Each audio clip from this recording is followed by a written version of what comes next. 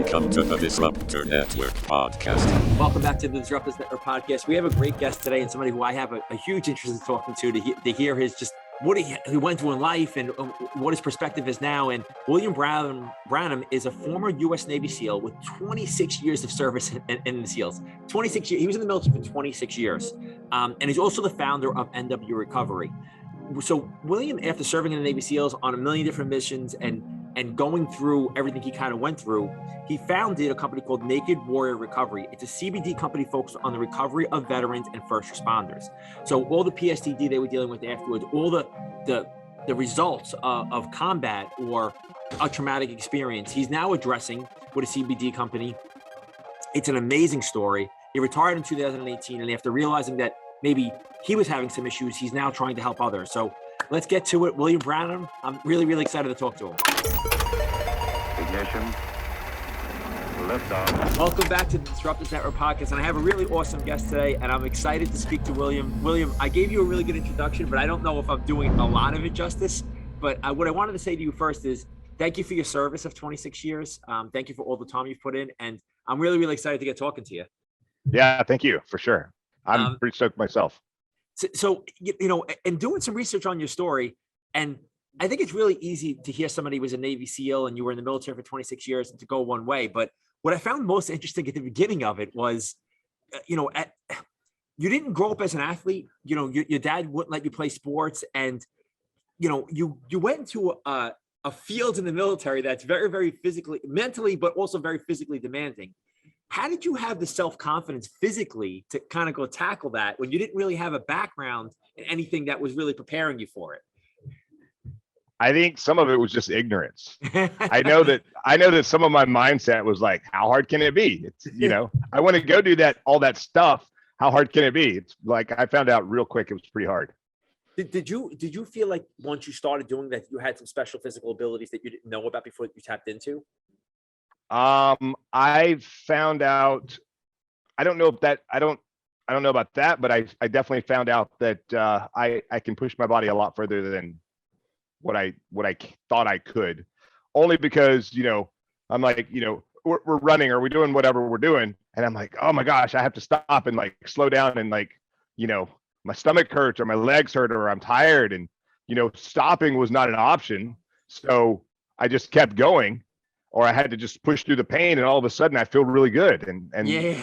all this pain, I'm like, really, I almost stopped for no reason, apparently. So, you learn a lot of stuff about your body that you're not going to learn if you don't have the discipline to like push through stuff like that, or you have someone yelling at you to get it done. Do you think that, because I'm sure when you got into your first Hell Week and camp, that there was some people who went there because I've read a million books about SEALs and all this stuff, and there's always some guys who are either all-American athletes or they're top level this or top level that. Did you find out really quickly how important the mental portion of the training was, or what your mental capacity was at that point? Yeah, I don't think I even considered, I don't think I understood or could conceptualize really what that meant back then. I was just like, this is all I want to do. And if I'm gonna become a Navy SEAL, then I just have to go through it. And I was actually having fun, no matter how much it sucked. But I was always shocked at the people that quit. There were just these, like, they looked like, they're Greek gods out there, and everything, they did everything just effortless, like run and swim and the obstacle course. And they were great leaders, like as in the boat crews, and they just seemed to have everything together, and it all just seemed super effortless for them. And I'm like suffering and struggling the whole time. I'm like, oh my God, this is hard. Yeah. And then all of a sudden they were gone. And I was like, what happened to them? Where'd they go? Did they get hurt? They have a medical appointment or something? They're like, no, they quit. Like, why? It was so easy for them. I'm like, struggling over here. And they're like, and they quit because for a couple reasons. Either the water was too cold, or they didn't like being told that they weren't good enough. Because in SEAL training, you fail like every day, multiple times a day. It doesn't matter like how awesome you are. You're there as a team. They're there to like see what you really have. And if you have like some special gifts, they're going to see just how special those gifts are, and really push through those gifts to see if you really have what it takes to be there. because it's great to be praised in public.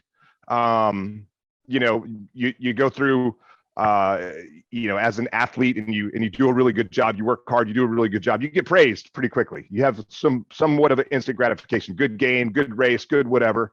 But you don't get that in SEAL training. Just me making it to the end of the day was awesome. I was like, I won. I didn't get kicked out. I didn't get hurt anymore. You said something right at the very beginning of that I think is like really, really important that I want to highlight. You said I felt like I had no choice, that I couldn't quit. Like that wasn't an option. So, and I always tell people, like, I try to force my back against the wall now, so nobody can push me against there and tell me I can't. I have to do something. I try to make myself do it. Was that something that was instilled in you from your father or your background, or was it just how you are, like that you don't have a quit in you that way? You just you feel like you have to do it. You have to finish. I think that's just the way that I am. I don't think anyone like really instilled that in me, but it's just who I am, and it hasn't always paid off for me. Yeah. There have been times where maybe I should have gotten out of maybe not an awesome relationship or something. Yeah. And I just stayed in it and stayed in it and stayed in it. I'm not a quitter. We'll get through. We'll figure it out. And hasn't always been a good thing. I've made that mistake a million times too, right? You're stubbornness. Stubbornness and pride can be a killer. You had to go through Hell Week 3 times, from what I read. Well, I was in 3 different classes. I only went through Hell Week 1 time. Okay, yeah. But basically you started over 3 times in SEALs. What is that like mentally to keep going with, you know, and what was the biggest difference from the first time to the last time? So the first time was not a big deal because I had barely even started. I was sad because, you know, these are the guys that I showed up to training with, and I was like, oh, that sucks, but I'm gonna heal up and I'm gonna get right back in and I'm gonna, you know, get after it.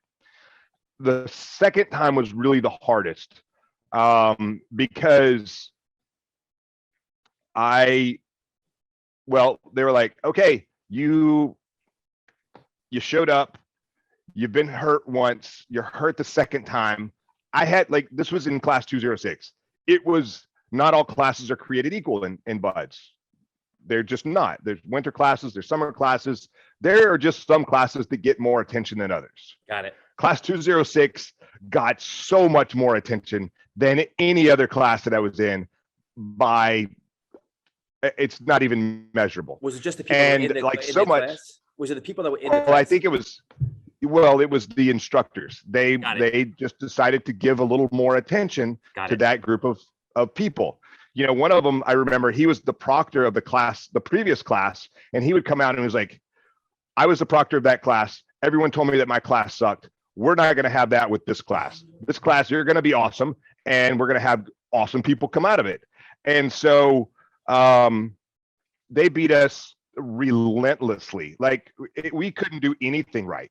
Anything ever, not even a little bit. And then I got hurt. I don't even know what the problem was. Just my leg stopped working. I finally kept up on a run for the first time, like all you know, the whole time I've been there. And then I'm stretching out, and the goon squad's going on over here. And the goon squad is like guys that don't keep up on runs. I spent most of my time in the goon squad. Okay. So they make you a little stronger, make you a little faster, see if you really want to be there. And so I finally made it out of the goon squad. I'm like over here stretching. I think it was a Thursday. And then they're like, okay, get up and hit the surf. I was like super happy. I got up and I fell down. Like my left knee just stopped working. We don't know what it was, still to this day. And so I hobble out to the surf zone. I get wet. I hobble back. I go to medical the next day, and they're like, okay, we recommend a medical roll. I go to the first, you know, sort of, you know, medical board guy, SEAL, and he was like, I recommend we kick you out of training because clearly you didn't show up you know, in good enough shape or healthy enough or whatever the deal was.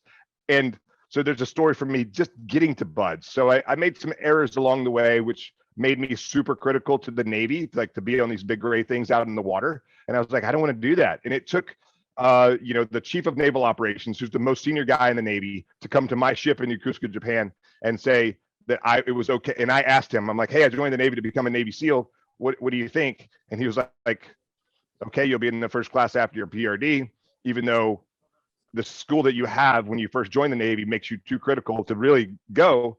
I'm going to allow you to go. So I went. Now I'm hurt. So I go see the second guy, and I'm like telling that story. I'm like crying. I'm like, please don't kick me out. And he's like, okay, go stand outside, and I'll be right back. I was outside for like 3.5 hours. He was gone at meetings and whatever. I saw my class come in from the beach. They were all like wet and sandy, and it was like maybe like a third of the people that started. And I was like, all I want to do is be wet and sandy and cold and miserable and whatever right now. That's all I want to do. So it was like super depressing, like knowing that I'm almost like potentially could get kicked out right now. Yeah. I want to be with those guys right there. And then, eventually that guy, the second guy that I talked to for the board, comes back. He's like, what are you doing here? I said, I'm like on crutches. And he said, he's like, what are you doing here? I said, you told me to wait outside. He's like, go check in over there and you'll be in the next class. So I was like, awesome. So the next class, which is where I made it through Hell Week, I'd never healed up, but I hobbled all the way through. I passed enough runs, because if you don't pass like at least half of the events prior to Hell Week, then they're not going to let you go to Hell Week. They're like, you just aren't working hard enough. You're not trying hard enough.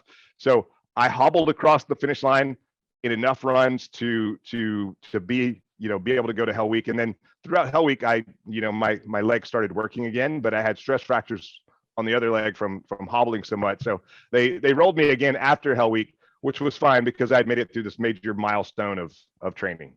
So, and just to backtrack a little bit on that story, because I've heard you tell that story before as well.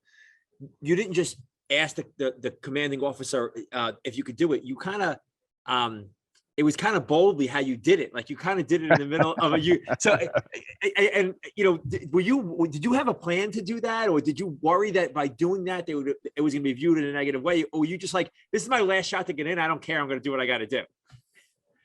I think it was, some of it was just a little bit of ignorance on my part, but it wasn't my initial idea. Like we heard that he was coming to the ship, and he was a common sense leader. Like he would change naval policy like on the spot. Like this is the policy that's in place. Like, and someone would ask him like, why do we have this? And he was like, that's stupid. Make that change. Like as he's going up in throughout his career, and then someone said, hey, he's a common sense guy. You should ask the CNO. And I'm like, okay, not knowing really like the gravity of the person that I'm talking to. Like even if the president was there, I would be like, yeah, hey, Mr. President, can I go? Like, sure, we'll make it happen. And so the Master Chief Petty Officer of the Navy, who's the most senior enlisted guy in the Navy, he came down after this whole like Q&A thing that they had. And he was like, I tried it. It wasn't for me. Like the easy part's over. I'm like, bro, it was pretty hard just to get to this point right now. So it was kind of a bold ask looking back on it, but whatever, like you're not going to get anything in life if you don't ask for it. Yeah. Ask for it. Yeah. And all they can do is say no. That's and then right. I'll go to the next guy. And like you said before, ignorance sometimes is kind of bliss, right? Like I didn't know what the gravity of the situation, so I just did it and it worked out. Yes. Yeah. So, kind of leading into getting to the SEALs and what you're doing now, and I have some questions around that, but you were in the SEALs for 20 years. How 23 out of my 26 years I was in the SEAL teams. So how mentally healthy or unhealthy do you feel like when you got out of it? Like, do you look back on it now and realize that you were going through things that you just weren't paying attention to? Like, how do you look back on the mental health of all of that now that you're out of it and you can reflect back on it?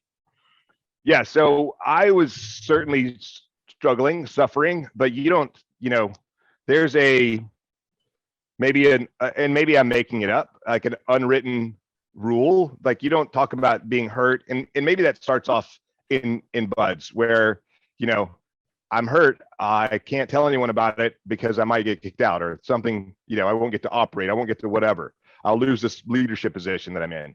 And so I was in like physically injured, and then I was in like I said, like maybe it's not some not so awesome relationships, and so that was weighing down on me. There's occupational hazards through the job that I did, and so there's some baggage that comes with that as well. Of course, and so at some point I was like, all this noise in my head, and so I just turned to alcohol because that was the easy button to like dull out the noise that I had so that I could go to sleep at night. And but you don't work so awesome the next day. Like your performance is pretty substandard, subpar. And so as I, retired from the military, it wasn't because I wanted to retire. It was because like, they're like, all right, you're ranked this number of days, this number of years, it's time to go. And I was like, oh my God. So there was a little bit of depression there as well, because I'd say, I like to say that my transition from the military to civilian life was the hardest military mission I've been on. And I've been on one or two. So I'm still on it. But I'm, it's almost 4 years later and I'm finding my way and figuring my stuff out. But, in the military, they give you a path. They give you like, oh, here's boot camp, here's this school, here's that. And they really hold your hand, and they not hold your hand, but there's a path. There's a clear path. You're on accountable what to do every day to something. Right. And they're telling you how to do it because other people have done it. On the back end of it, no one is telling you what to do, where to go, how to do it, maintain that discipline or whatever it is. And so, when I was in the SEAL teams, I had a badass mission, I had a badass purpose, and I had a badass team. The day that ended, it was like everything was gone. It was like the movie The Avengers where Thanos like snaps his fingers and half the world's population goes away. It was just like that. And I was like, over. What the hell's going on? What do I do? How do I do it? And so I struggled quite a bit for a good long time. I started a company. I still did, well over 6 figures in the first year, but I wasn't happy. I didn't know how to do this thing called grinding in the civilian world. I was kind of like, if I build it, they will come, and no one was coming. I was just like, I'm like, oh my God, what do I, and then people wanted me to like sell their widget that their widget sucked because I called myself a consultant. They're like, we don't trust you. You can go sell our stuff and maybe we'll pay you a commission. I'm like, bro, that's not how this works. But it doesn't work like that. Yeah. And so it took me a long time to kind of find my way. And eventually I found this, this molecule called CBD. It helped turn down the noise in my head. It was, and I didn't notice anything right away when I was taking it. But what I noticed over time is, I like to say, water boils at 212 degrees. I was certainly living my life at 210 degrees. And over probably that first month, someone gave me a bottle of CBD. I went from like 210 to 205 to 200 to 195 to 190, maybe 185. And I just got out of that red zone and got into like much more of an orange zone, or maybe a bright yellow zone. I don't think I really hit yellow, but I noticed that the pains in my body were less. And I was, it took me longer to hit that boiling point, to really like trip out. And so I stopped taking it because I ran out, and then I noticed I was getting closer to that boiling point again. So I tried a different brand, and it also had a very positive impact on my life. And so I'm like, I want to be part of this industry, whatever this industry is. CBD, I don't really understand it, but I want to be a part of it. I met someone in the CBD industry at a business conference, and she was like, you want to do A to B, B to B, or B to C? I'm like, I don't know what that means. I want to do CBD. Yeah. And she was like, okay, start your own CBD company. And I was like, I don't know how to do that. And she leaned in and she said, you are a Navy SEAL. Yeah, you can figure it out. I was like, may I please have my man card back, please? And so she gave me my man card back. I put it back in my pocket, and off I went. And so eventually I started, Naked Warrior Recovery, which our initial mission was just to provide the highest quality CBD, in the market. And then, after we kind of got up and running, and there are other people who have high quality CBD. There's a lot of trash out there in the market still, but other people with premium quality, air quotes here, of CBD. And so what's my next mission? What's my next purpose? And that was, I looked at the statistics that from where I came from as a veteran. The VA says that 22 veterans take their lives every single day. So we've lost more veterans to suicide than we have in 20 years of sustained combat in 2 theaters of war. That's crazy. And then to make it even more personal, is my dad is one of those 22. My dad took his own life. And so that's our mission at Naked Warrior Recovery, is to eliminate veteran suicide. And someone asked me once upon a time, like, hey, what would be success for you? I was like, if we can take 22 to 21, that would be awesome. 22 to 0 is the goal. But if we can, whatever we can do to eliminate that. And so for us, CBD is a modality. And then the other side of it is you have to change your mindset. You have to change the way that you think about things. And I understand that we're not going to get to everyone, but I had to look at myself, what I have done, in the last 26 years. And so I've created, different mindsets. I've created different programs. I've created different things to help other people change the way that they think so that they can just be better in life. Yeah, it's amazing. It's an amazing story. And I love your mission. I love that you kind of have a higher purpose. You have a higher purpose that you're really attached to.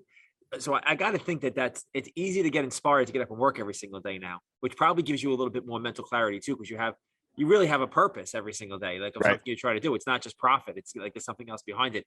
Do you think that as CBD becomes more legalized and more common and all that stuff, and what you said is really powerful to me, we've lost more people from suicide than we have from combat. Do you think that soldiers need it during their service? Oh, I think 100%. I mean, I would even look at, the THC side of it. It's still federally illegal, but I would still look at that. And I've never used THC, but I have seen people that have, and how it's, affected them in a positive way. It's not good for everyone. I know people who've tried THC and they have really bad reactions to it. I'm like, clearly it's not for you. CBD, no one has any bad. There's been zero, and I look for it all the time, any negative reactions to CBD. But even on just reducing stress and anxiety and helping people sleep and some different kinds of pain and chronic pain and inflammation, CBD helps with that. But I think, right now alcohol is legal. I still have alcohol. But so many people turn to it like it's acceptable in society. How many people get into bar fights? They get hammered. No one gets into a fight after they have, THC. No, you're 100% right. I think I stopped drinking like 7 or 8 years ago at this point now, not because of anything, except it just really didn't agree with my body, right? Like it was bothering me. I'd wake up the next day and feel like crap. So I just stopped. I cut it out. But I can't tell you that the most questions I'll ever get is from somebody is when I refuse a drink. No, sorry, I don't drink, right? And it's like, what do you mean you don't drink? And I can have it, but it's the only thing like that in life. And you're right, it's more destructive than CBD or THC has ever been. So I don't really get. I kind of get it, but I don't get it. I'm sure we can get to go down a complete rabbit hole on this if we wanted to. But so do you think that it's a possibility of that ever happening and then legalizing it where you can get more? Some of these soldiers can start using, or they use it to treat soldiers that are in combat. I think over time it will happen. I mean, the legislation that happened for THC to be illegal was very quick, but it was racially based, and it was it was an agricultural product, but you could extract marijuana from marijuana. Marijuana and hemp are really the same plant, but the difference between hemp and marijuana is hemp has 0.3% or less THC in the dried weight of the plant. But if you have the two plants growing next to one another, unless you know what you're looking at, you can't tell the difference. No one can. And so, so it was like very racially based, and I think it was like 100% vote across the board, and that was 100 years ago. But it was used as medicine for 2,000 years prior to that. Yes, correct. Yes. So I think there is it will come back eventually, and I know lots of, like I said, lots of veterans. I know lots of first responders that use THC very medicinally to just turn that noise down, to okay, I need to sleep, and so it'll help them get a little better sleep. And so I think it will. I know that legislation has gone into the Congress to legalize it. I'm like, legalize it and tax it. I don't care. But it can help so many people. Yeah. Outside of opposed to alcohol, which is so there are commercials on TV about alcohol, and I think that it look at Colorado, for example. They're open it up and tax it, and everything is great. So why can't we just do that for everything? Yeah. I mean cigarettes are FDA certified. It's so crazy. Alcohol, let's do a little more work over here. Yeah. Stop hitting the easy button. No. Now, so what can you do? What are you doing now besides preaching this? I mean, you said the hardest transition for you was you learned all these leadership skills, and you obviously have a lot of substance when it comes to leading, right? Because you're doing this for 23 years. You're not a SEAL for 23 years if you don't know what you're doing, right? So what are you doing now outside of the CBD stuff to help people understand the mindset that it took to get you there, and how you transitioned and how you're using that to kind of succeed in business at this point? Yeah. So now I like to share what I like to call the get naked mindset. And so, like I said, when I once I finally turned down the noise in my head and I got control of that, all of those thoughts, I look back on my time in 26 years and what have I done and how can I help improve my own self? And so now what I do is I get on stages and I speak to and go to companies and speak about the get naked mindset. It's like, I call it 5 secrets to think like a Navy SEAL. And I've also opened up a coaching program where I do one-on-one coaching where I help leaders who want to lead their team like a SEAL team. I help them develop leadership skills. You want to teach help turn your employees into team players, because a team is going to be more effective than a bunch of employees, because employees, they just go in and like they hit the clock and they're out. Team will help one another. A team will, you have each other's back. We like when we do close quarters combat and I go into a room, if I go left, I know that you're going to go right. It doesn't matter like what we're doing and how we're doing it. I know that my teammate has my back.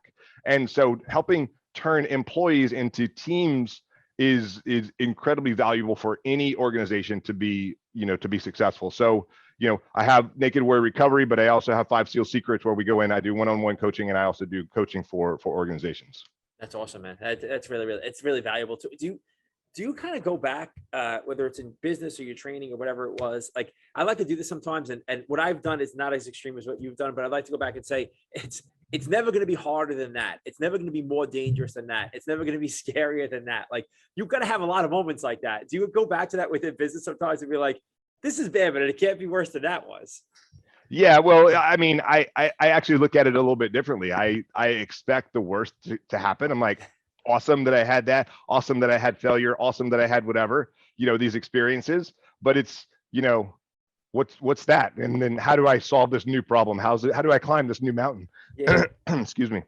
So, and from, let's say year 1 as a SEAL to year 20, right? Were there some things that happened the first few times you're like, this is nuts, I have no idea what's going on, to when you get experience with it, like these crazy things are happening around you and you're just like, yeah, like this, we do this, and this, and it's going to be fun no matter how off brand the mission goes, right? Now, it didn't go to plan. It went completely left, but I know that if I do these 3 things, I can get back to it. Was there a lot of that in your training and in your mental training at this point? In SEAL training and BUDS, I always knew that it didn't matter how much it sucked. This evolution is going to end. Like, we're locked arms. We're out there jackhammering in the ocean. I'm like, we're facing the beach, lay our head on the sand, and like the sand, the beach break comes up and it picks up that silt and it like shoves it up your nose and down your throat. And I'm like dry heaving or whatever, shivering uncontrollably. I'm like, this is still going to end. In an hour, I'm going to be in a hot shower and, back in my bed. But in combat, we would go out for like a few hours and then all of a sudden we're still out there like 3 weeks later. Like, hey, can you send us some food? Can you send and so it's great to like get into like really terrible positions. And so that you can learn those lessons and have failures and be able to kind of what you said, like go back on like, hey, this was really terrible. Like, we have the lessons learned. We know that we can make it through something like that. We can make it through pretty much anything. Yeah. But you may have to go up and touch that, that point of pain, and maybe even step across that point of pain. And that's your next, your next sort of threshold, your next baseline of terribleness. So what's up with that is you said something earlier where you went to this conference. You're like, yeah, I don't know how to do that. Like, it was almost like in your brain, like but you did all these things that were almost superhuman. And then something that to most people would seem like, all right, I guess I could try to do this, like to you. So I think it's great to see the contrast to that, right? Because I'm sure after you did that, then you just like, all right, you know what? She's right. I'm a Navy SEAL. I'm just going to apply the same principles to business as I applied to something else. And if I just go through my processes, I can do. I mean, do you get to a point now where not that you feel super, but you feel like, hey, there's nothing I really can't do. I just have to apply myself. Yeah, that's 100% where I am now. And before, like I said, like ignorance is bliss. Like like, how hard can it be? When I have those self-doubts, it's like, I don't know how to do that. When I have like, well, let's just figure it out. It's a completely different, it's a shift in mindset. And you're just like, okay, who do I need to ask? Who knows how to do this so I can do it? Maybe I need to pay money. Maybe I need to like trade favors. Like, do you want CBD? I got a whole bunch over here. I can, we can maybe barter or something, or I can come in and train your company, your organization or whatever in different skill sets, or we can figure this out. And that's really, I think, what we miss a lot in life, in society, because we're pretty reliant on technology nowadays, and I'm an idiot when it comes to technology. I can kind of figure it out. That's why I have an iPhone and a Mac, because they It's talk to easy. one another, and Yeah, it's like easy. yeah. It's for dumb people. It's great. It's great for me. But we can but I had to figure that out also. Yeah. Like my first son was clearly not an iPhone. Yeah. But it's not being afraid to fail. It's accepting failure. It's creating small victories. It's things like that, and like just to move the needle forward every single day. Like I have a plan, I have a goal. I'm gonna create small victories in order to get to that goal. And sometimes it's like whatever. I got something like a whole big list of to-dos. A lot of people say go out there and attack that biggest goal of the day, and I'm like, I don't really want to do that right now. Yeah. What can I do? What on my list takes 2 minutes or less, and I'll like knock out every one of those things. And all of a sudden my to-do list, like now, yeah, exactly. I got some momentum. I warmed up like I'm going to go work out real hard. I don't just like throw 315 on the bar and like get after it. I put like you built up to it. And so I maybe jump some rope or whatever. I'm doing my old man warm up over here, and then I'm like progressively getting harder. And so I find that for me is a much better way to attack your goals, or get to that next level of whatever you're trying to do. Is I have to do like the little things. I have to warm up and get my brain working, and then get after the hard things. That's cool. That's really cool. So I know we kind of talked around it a little bit, but I wanted you to actually define it for me. What is get naked? Like, what is that as a mindset, or what is that? Yeah. So get naked, it's mindset. It's about, first off, it's about taking that ego off that we wear around, whether we're, and I look at ego to be like, there's two kinds of ego. There's good ego that kind of like pushes you to the next level. And there's the bad ego that you're kind of like, I'm not going to talk to that person because they were mean to me, or, whatever it is, and we don't know what other people have gone through. Other people, I say that pain is cumulative. If I were to tap you on the arm, for like a little while, you're like, no big deal. You're just tapping me on the arm. If I do that for like a week, you're going to have a giant bruise on your arm. If I do it for a month over and over, no more pressure, just this constant tap, it's going to and I stop doing it. Just you putting your shirt on is going to create pain. You're right. So we've over our lives, we end up being attacked from whatever it is out in the world. So what we end up doing is we put on this ego, we put this armor on. In the SEAL teams, we put our armor on to go into harm's way. Sometimes it's really good that we had it on, and then we come back, we take our armor off, we set it, hang it up, we hit the showers, we rest, we recover, we get ready for the next mission. Life doesn't allow us to do that. Life sometimes, we just continue to be like attacked, whether it's, again, media. We got this, phones that we carry around all the time, and we're just kind of glued to it. And we can get sucked into these, sort of black holes of like, what was me, and being, physically, mentally attacked, or maybe you were physically attacked. You had like, you were picked on as a kid or something. So what get naked is all about. It's about taking that ego off, taking that armor, taking that baggage that we're carrying around, taking it off instead of getting in the corner, becoming vulnerable, exposing ourselves so that we can find the actual healing that we need. So that would be step number one. And then I turned naked into an acronym, and I've kind of spoken to it a little bit. So now that we've taken that ego off, and we can kind of do a little self-reflecting and become the actual person that we're born to be, the most authentic version of ourselves, I turned naked into an acronym. And so the acronym, the N for naked stands for never quit. I don't mean never quit smoking or drinking or anything like that. I mean, never quit on yourself, never quit on those goals that you have in your life. If you've made the conscious effort to do those goals, then you take that all the way to the end, whatever the end looks like. And that's when I talk about, create small victories, do those little warm-ups, chop that giant goal into like small pieces, and just do one of those a day, something that you can accomplish. Create those small victories, and then never quit. The A is accept failure. We talked about failure a lot here. Failure's been the biggest teacher of my life. Me too. It's okay to fail forward, fail often, fail as much as you can, and learn from those failures.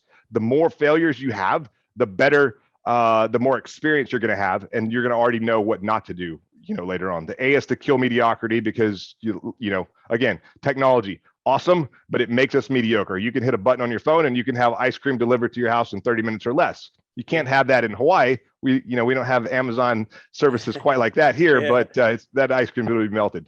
But pretty much anywhere else in the United States, or many places in the world, technology is awesome, but it also helps us. It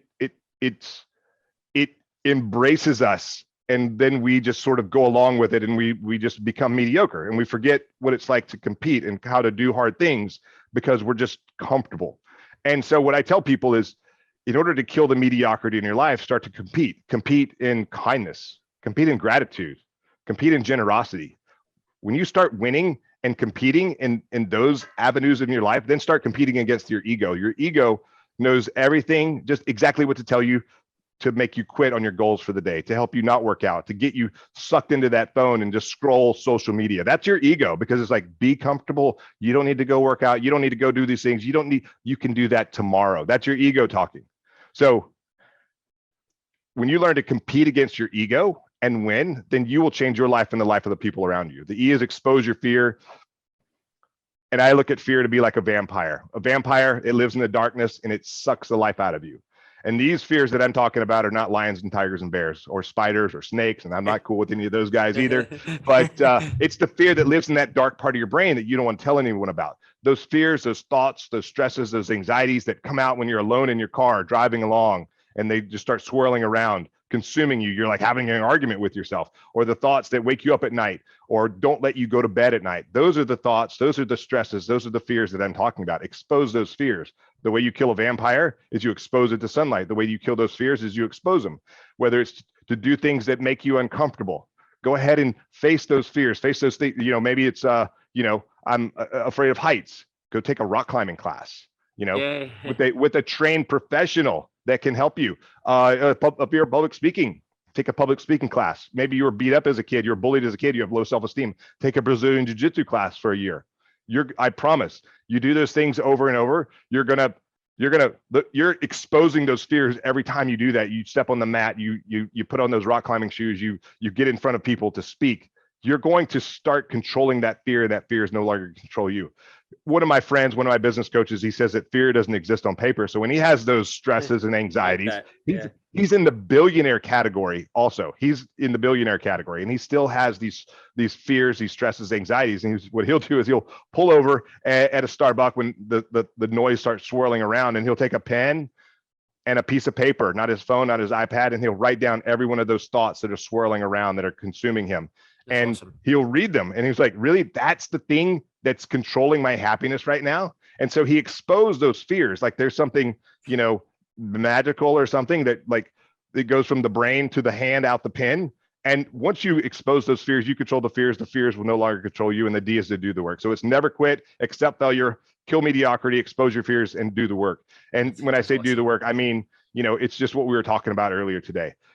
So what that you did something once upon a time. When I showed up to the teams from Buds, I was like, I've completed the hardest military training in the world. Everything's going to be easy after this. Yeah. I couldn't have been more wrong. Every one of us does something like that. We like hit this pinnacle, like, oh my God, like we have it in Hell Week. You get through Hell Week, and then you have a little bit of post Hell Week depression, postpartum depression, post whatever depression. Like I hit this pinnacle in my life, and now what do I do? You gotta keep climbing that mountain. Like there's a mountain right there. I climbed it. Awesome. Wait, there's another one right there. Now I have to like go back down the hill. Tim Grover says it, I think, best when he says, there's a bus at the end of the championship game. When you win it, you go back and you get on that bus to victory, you get on it and you go back to hell. And it's the same thing in life. Like, but you have to like know that's happening, and you have to accept that, and you have to want to do that. It's so funny you say that, because I always tell people, like, I don't celebrate victories, really. I have a hard time celebrating victories. Yeah. And it used to really upset me. I'm like, I can't even, I would win a race, or I would do something that was great. I would accomplish something, and it would last for like an hour, and then I'd be like, all right. But I realized about it is that I like the process of things so much that's the high for me, so I need to get back. As soon as it's over, it's like, all right, I need something to get back to the process. Like, what is my next process? So I think you start to learn yourself better the older you get. But I love exposed to fear. I love I know about the acronym you made it. I think it's awesome. And I think it's a great way to kind of live life. And I love that you kind of built this whole thing around it. William, I'm not going to keep you too long. So a couple of things. Where is the best place for people to find out about Naked Warrior, to find out about your training course, your leadership course? Like, where is the best place for them to find all this stuff and contact you? I think the first thing I would do, I would go to the website 5sealsecrets.com, the number 5sealsecrets.com. Okay. Put your name and email in there. I will email you a PDF that really that explains in a little more detail what Get Naked is all about, what those 5 SEAL secrets are. That we talked, and I talked real briefly on it. I get on stage and I give this, much more detailed, much more animated, and many more examples. But I would go there and then just like reply to that email and say, hey, I saw you, I heard you on this podcast. I'd like to, talk about coaching with you, and I'll send you an application and things like that. Okay.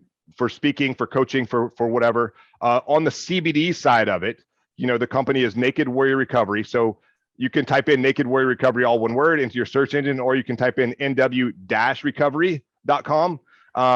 Both of them will take you there, but I made it NW-recovery because maybe not everyone wants to write naked in their search engine. Not sure why. Like, weird. It's good point. And it just happened, just popped into my head one day. But if you don't put the dash after W, then you're going to go to like Northwest Recovery, which is like alcohol rehab. That's not really that's us. not you. Yeah. That's not us. NW-recovery.com. You can probably Google me. I'm fairly Googleable.